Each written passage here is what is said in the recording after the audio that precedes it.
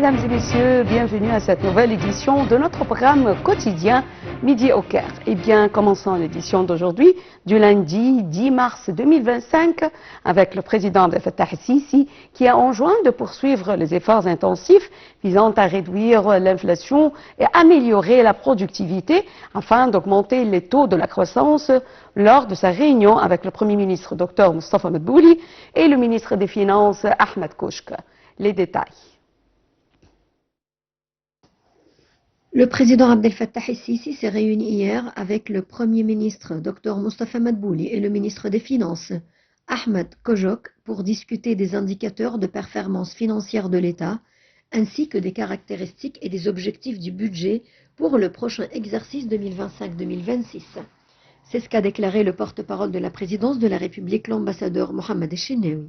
Le nouveau projet de budget comprend une augmentation des allocations consacrées au programme de protection sociale, solidarité et dignité, Takaful wa Karama, avec l'allocation de ressources suffisantes pour financer le paquet de protection sociale récemment annoncé et l'allocation d'un pourcentage plus élevé du budget de l'État au programme de développement humain, y compris toutes les initiatives présidentielles. Cela s'inscrit dans le cadre de la mise en vigueur de la vision stratégique du gouvernement pour la formation du citoyen égyptien et à la lumière de la volonté de l'État d'améliorer le niveau des services fournis aux citoyens, en plus de fournir des soins complets aux catégories éligibles parmi les citoyens à faible revenu. La réunion a également porté sur les efforts nationaux menés pour parvenir à la discipline financière, augmenter le taux d'excédent primaire et réduire la dette, en particulier avec l'achèvement imminent de l'élaboration de la stratégie de réduction de la dette publique à moyen terme. Le président el-Sisi a ordonné lors de la réunion de poursuivre les efforts intensifs visant à réduire l'inflation, en plus d'améliorer la productivité dans le but d'atteindre des taux de croissance plus hauts, soulignant la nécessité de renforcer la discipline financière à travers des mesures gouvernementales qui contribuent à développer les performances de l'économie nationale et à soutenir les efforts de développement.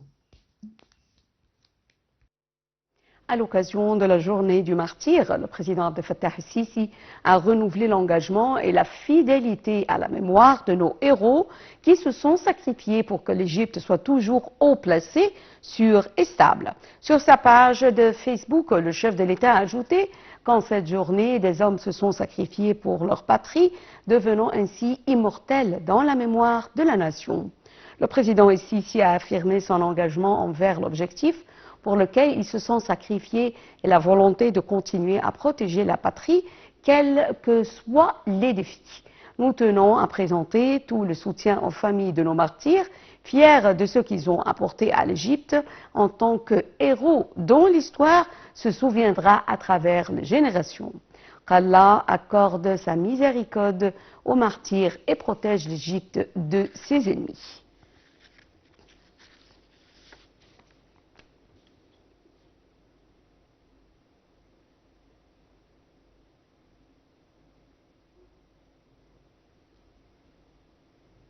Le président Abdel Fattah el-Sisi, président de la République et commandant suprême des forces armées, a délégué le lieutenant général Abdelmegid Sakr, commandant en chef des forces armées et ministre de la Défense et de la production militaire, pour déposer une gerbe de fleurs sur le mémorial des martyrs des forces armées dans la banlieue de Medinat Nasr, dans le cadre des célébrations de la journée des martyrs.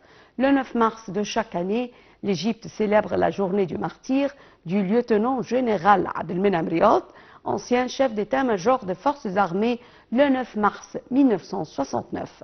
Le commandant en chef des forces armées était accompagné du lieutenant général Ahmed Khalifa, chef d'état-major des forces armées et des chefs des brigades de l'armée. Il s'est rendu ensuite à la tombe du feu président Mohamed Anwar el-Sadat pour déposer une autre gerbe de fleurs en hommage de ce héros patriotique bâtisseur de paix. De son côté, le général de corps d'armée Abdelmegid Sakr, commandant en chef des forces armées et ministre de la Défense et de la production militaire, a délégué des commandants des forces armées une gerbe de fleurs sur le mémorial du soldat inconnu. Il était accompagné des gouverneurs et des directeurs de sécurité de différents gouvernorats.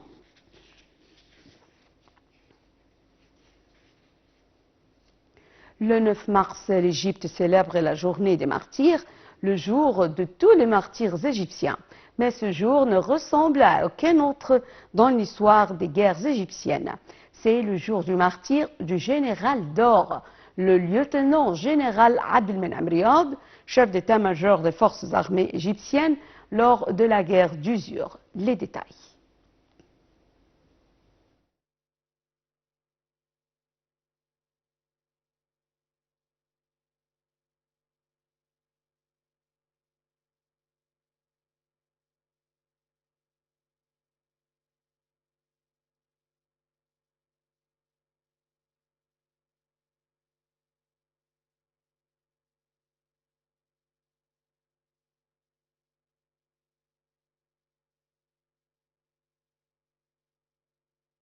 Dr Hanafi Gebeli, président de la Chambre des représentants, a adressé un télégramme de félicitations au président Abdel Fattah el-Sisi à l'occasion de l'anniversaire de la victoire du 10 Ramadan 1393 Hégire.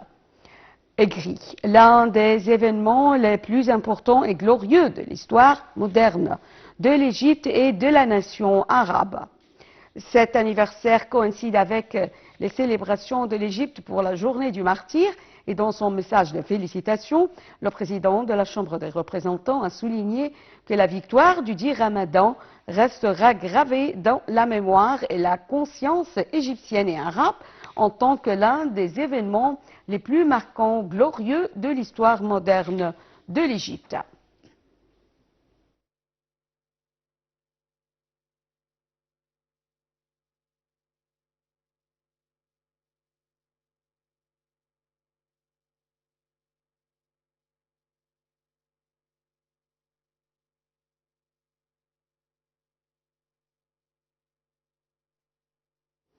Le 9 mars, l'Égypte célèbre la journée des martyrs, le jour de tous les martyrs égyptiens, mais ce jour ne rassemble à aucun autre dans l'histoire des guerres égyptiennes.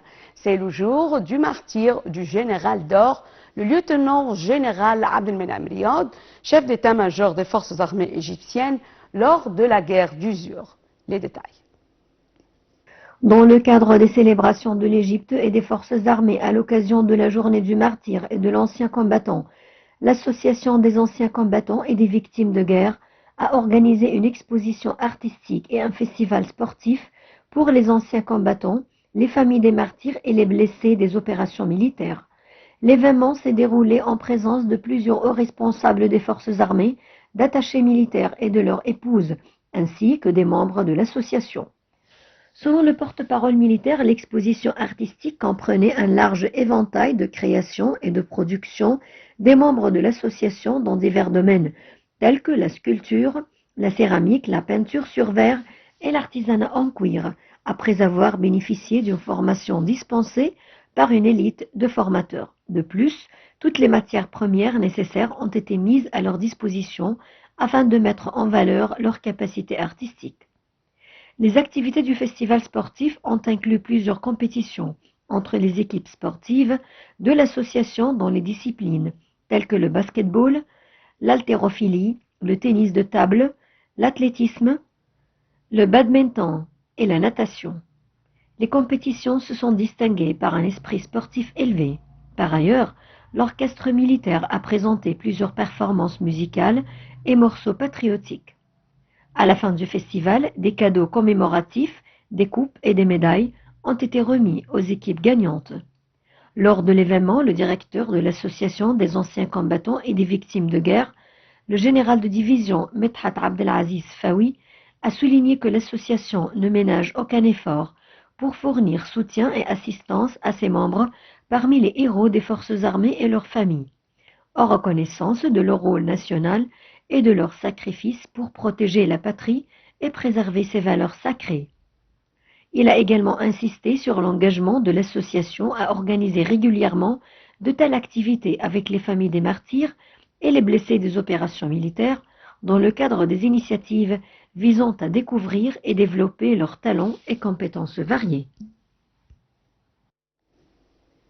Et passons à Al-Azhar qui a organisé une grande célébration à l'occasion de la 1085e anniversaire de l'hégire de la fondation de la mosquée d'Al-Azhar qui tombe le 7 Ramadan chaque année en présence du sous-secrétaire Mohamed Eddoueni et des hauts oulémas et des responsables d'Al-Azhar.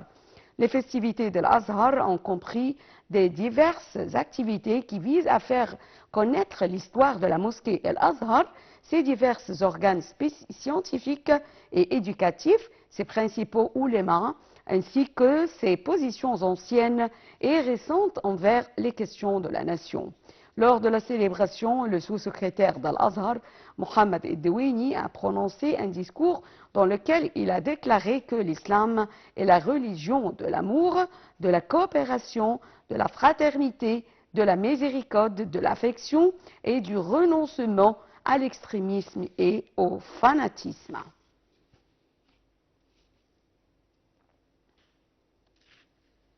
Changeons de sujet avec l'Agence centrale pour la mobilisation du public et les statistiques CapMass qui a cité que la population totale en Égypte est estimée à 107,3 millions d'habitants en début d'année.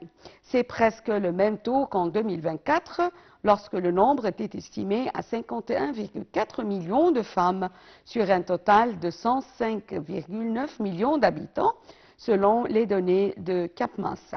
Le taux de chômage demeure assez élevé chez les femmes, avec 17,1% contre 4,2% pour les hommes.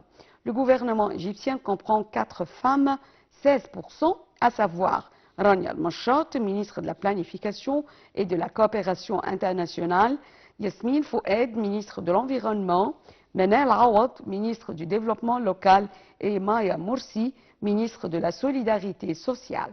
Selon les données du bulletin annuel 2023-2024 de l'enseignement supérieur rapporté par le CapMass, le pourcentage de femmes inscrites dans l'enseignement supérieur était de 49,6%.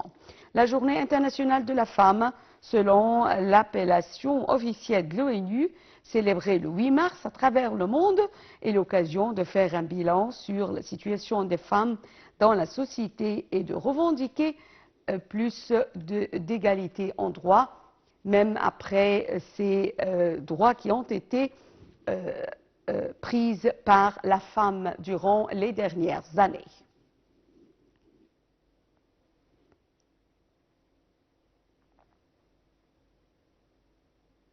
Mesdames et messieurs, fin de cette édition de notre programme quotidien Midi au Caire. Merci pour votre fidélité à la TV internationale.